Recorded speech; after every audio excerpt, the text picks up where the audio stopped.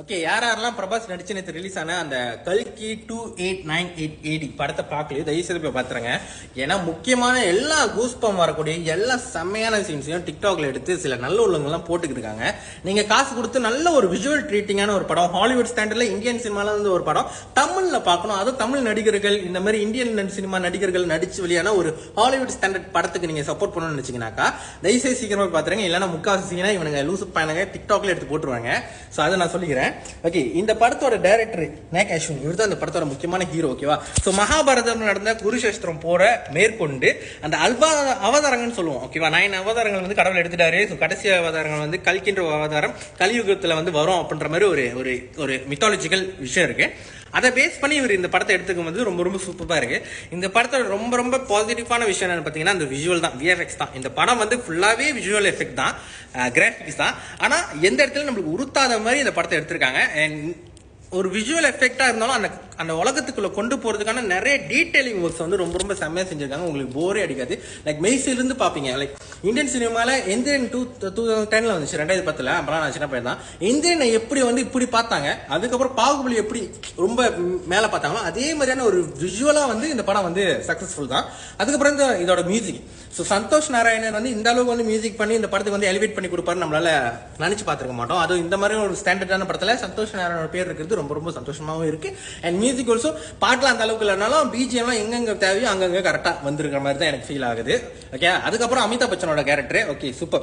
அஸ்வத்தமான்ற character வந்து அதோட பின்னணி ஸ்டோரி என்ன, அதோட டாஸ்க் என்ன, இதெல்லாம் வந்து நீங்க போய் தியேட்டர்ல பாத்தீங்கன்னா ரொம்ப ரொம்ப நல்லா இருக்கும். எல்லாத்தையும் ரிவ்யூன்ற பேர்ல நான் வந்து ஸ்பாயிலர் பண்ண விரும்பல. ஓகே, ஸோ அமிதாப் பச்சன் இந்த படத்தோட மெயின், எனக்கு என்னமோ அவர் தான் மெயினா இருக்கிற மாதிரி ஃபீல் ஆகுது. ஓகேவா?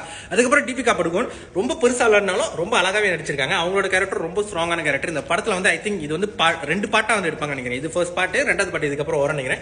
இந்த 2 பார்ட்ல ரொம்ப ரொம்ப முக்கியமான கேரக்டர்ஸ் வந்து இந்த அமிதாப் பச்சன், அதுக்கப்புறம் பாத்தீங்கன்னா வந்து தீபிகா படுகோன். ஸோ இவங்க வந்து மிகவும் புத்த ஷாக்லாம். ஓகேவா? அதுக்கப்புறம் பாத்தீங்கன்னா இந்த படத்தோட ஹீரோ பத்தி பேசுமே. எனக்கு தெரிஞ்சு இந்த ஹீரோ வந்து மேபி இவருக்கு வந்து ஒரு செகண்ட் பார்ட்ல வந்து பெரிய ஒரு வேலை இருக்கும்னு நினைக்கிறேன். லைக் ஹீரோயிசமா காட்டுறதுக்கு பெருசா ஒன்று இருக்கு. அதனால இந்த படத்துல வந்து கொஞ்சம் மொக்க காட்டி தான் பண்ணியிருக்காங்கன்னு நினைக்கிறேன். ஃபர்ஸ்ட் இவரோட ஹீரோட இன்ட்ரோக்கே ஒரு மாதிரி போர் அடிக்கிற மாதிரி இருக்கு.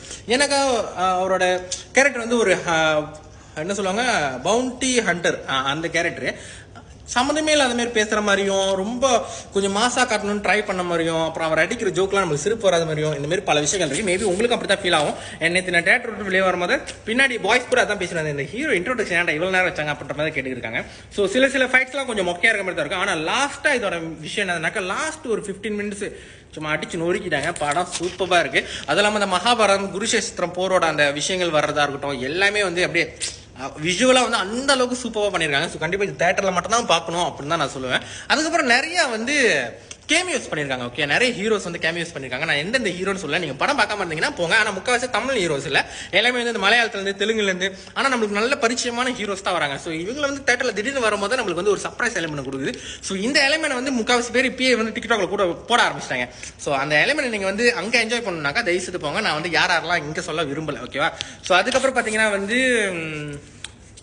படம் ஓவரால் நல்லா இருக்கு. ஃபர்ஸ்ட் ஹாஃப் செகண்ட் ஹாஃப் நீங்க யோசிச்சு பாத்தீங்கன்னா ஃபர்ஸ்ட் ஹாஃப் கொஞ்சம் உங்களுக்கு பொறுமை வேணும். ஏன்னா ஃபர்ஸ்ட் ஹாஃப் அதை சொல்லி அந்த பிரபாஸோட அல்லது வந்து கேரக்டர் ரிவீலிங்கை பத்தி நம்ம, ஏன்னா ஒரு கேரக்டர் கொண்டு வரணும் இல்லையா? ஸோ அதுக்கு டைம் எடுக்கும். ஸோ அந்த டைமை வந்து நீங்க கொஞ்சம் கொடுத்து பொறுமையா பாத்தீங்கன்னா ஓகே சூப்பர். செகண்ட் ஹாஃப் வந்து அப்படியே அந்த கதைக்குள்ள போனதுக்கு அப்புறம் அது வேகமா போற மாதிரி தான் இருக்கும். இவன் அது 3 மணி நேரம் படமா இருந்தாலும் ஒரு ஹோல்சம் பேக்கேஜா பார்க்கும்போது ஓகே சூப்பர், படம் நல்லா இருக்கு. தனித்தனியா பிரிச்சு பாத்தீங்கன்னா ஃபர்ஸ்ட் ஹாஃப் வந்து கொஞ்சம் எவரேஜா டீசன்ட் சொல்லலாம். செகண்ட் ஹாஃப் மேமா புத்த பாட்டாடலாம் செமையா இருந்துச்சு.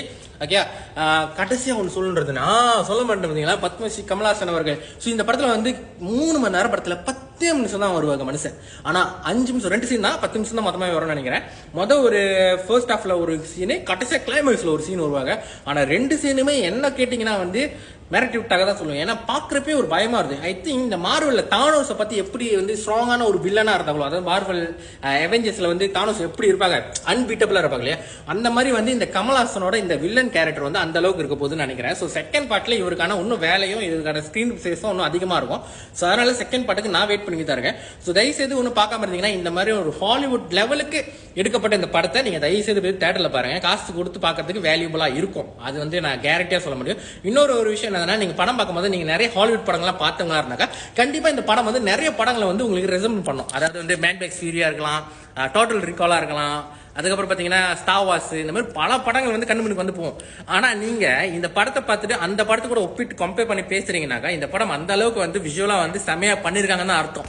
ஸோ அந்த விதத்துல விஷுவலா செம்மையான ஒரு படம். தயவு செய்து தேட்டர்ல போய் பாருங்க. டிக்டாக்ல பாதி பேர் எடுத்து சீனா போட்டுருவாங்க, அப்புறம் உங்களுக்கு தான் பூத்தா.